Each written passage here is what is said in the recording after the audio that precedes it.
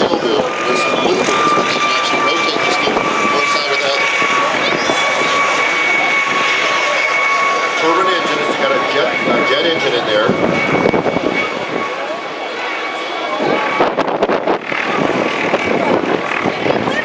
You can hear how quiet that is. A lot less noise. Again, PG&E's efforts to remain green as far as not putting noise pollution out there, keeping your power up and running without any adverse effects to the environment or to disturbing the people.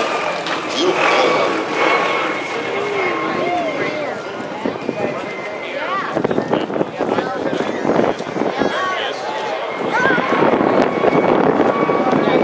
Very agile.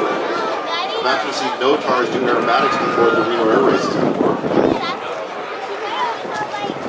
Very maneuverable helicopter, good move on the Douglas Corporation. Looks like Otto this morning must have motivated Mark a little bit. Everybody wants to be an air show pilot.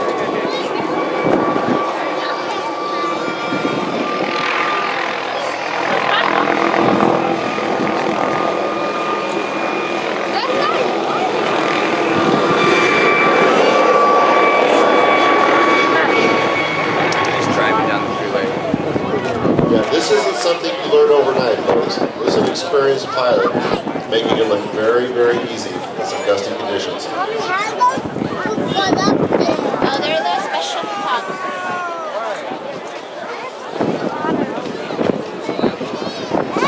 I give you a little history on the aircraft. It's 1991, has about 2,400 hours total time on it. It's powered by a Rolls-Royce C20 engine, puts out about 450 horsepower. They cruise about 130. The flight characteristics compared to a regular 500-liter E-Pod is very similar. The dog is out the tail rope. There's a difference. This guy weighs about 1,700 pounds empty weight. Max gross around 3,500, so it's a pretty impressive build. It can carry its own weight. And most of its work is on the external hook. All this maneuver you see right now, again, keep in mind there's no tail rotor. That is running ducted air down through the tail. They've got, there's a sleeve back there, very, very similar to Venetian blinds. And they vent the air pressure out to the side, the gases through the side. And that's what works as the anti-torque device. Okay, now they're down alongside the cable. Take us through this one, Dan. I'll head him off to PG. Okay, now we've got Mr. Eric Barron, who's a supervisor for Pacific Gas and Electric, PG&E. He's going to talk to us about what this helicopter will be doing once they get to the high power line. Eric? Hey everybody, how we doing out there? Just want to let you know we got the boom trucks set up, cable stretched across them, simulating our tower line. We're going to set down, hook up a 30-foot rope, with 2 linemen on the bottom of the rope. They'll go back to those two trucks and simulate a project that our linemen do up and down the state. Gunshot wire, bad conductor, lightning strikes. We get somewhere around 18,000 circuit miles of transmission line that service to California and all their customers. And we try to work that energized to where we don't affect the customers or any of the power providers. Our transmission lines also hook into other states, so keeping those lines hot is a big deal.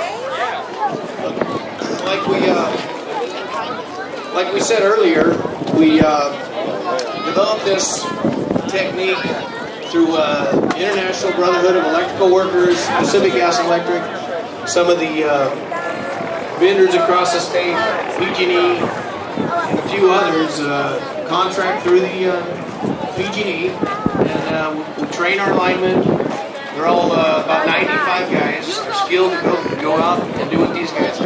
So we got 2 men on a, looks like a 60-foot rope. They have communication with the pilot. They'll fly into the simulated tower line. Maybe make a pass here on the runway. It took us probably 15 years to develop this technique. It's one of the leading power line techniques in the nation. Many companies are following suit. It's kind of the nature of the business. You don't want to turn those lines off if you don't have to. Everything is developed through the company. You guys take about 3 years of training to get to this point.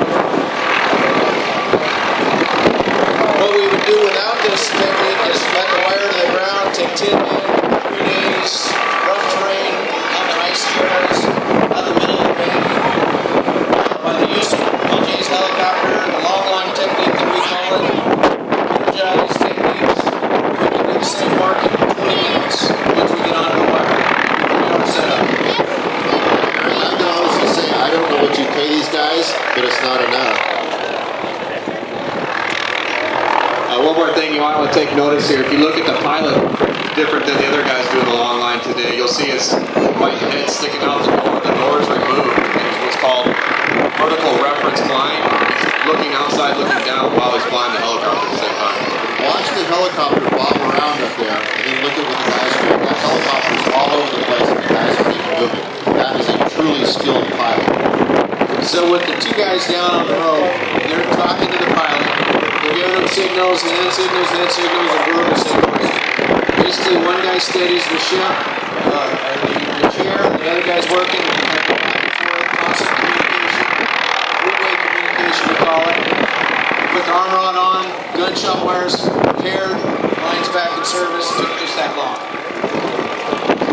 I can honestly say, if that pilot ever said it was your turn to buy beer, he did buy beer. You do not want to be on the house when somebody was flying you on the end of a 60-foot cable, working on a 500,000 power line. Give a wave, guys. They can see you. Give a wave as they go by. I wouldn't be waving back. I'd be hanging out with both hands, but they're liable to wave back. Believe it or not, the linemen that do this, they work for PG&E. Give a wave. There they go. They can see you. Give a wave. There we go. They would pay us to do it. They love it. It beats climbing the tower, going out in the road, climbing the mountain. So we got to get on the fence. Easy to get along with. I feel kind of bad for them. What do these guys do for excitement on the weekends after doing this during the week? You probably don't want to know. No, we keep them working on the weekends. They're pretty busy these days. But like I said, it takes somewhere around 3 years of training to get to this point. So they've been through a lot of apprenticeships, lineman school.